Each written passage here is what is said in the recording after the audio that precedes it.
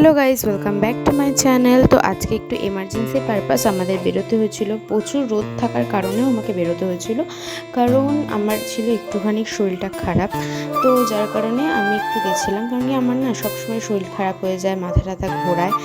তো তার কারণেই মা আর আমি একটু বেরিয়ে পড়েছিলাম একটা কাজ, মানে ডাক্তার দেখাতে। তো ডাক্তার বললো সেরকম কোনো প্রবলেম নেই, একটু কি বলবো, প্রোটিন কমে যাচ্ছে শরীর থেকে।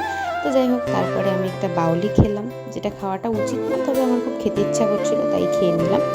তারপরে বাড়ি আসার সময় একটা আইসক্রিম খেয়ে নিলাম, কারণ প্রচুর গরম ছিল, যার কারণে আমি একটা আইসক্রিম খেয়ে নিলাম।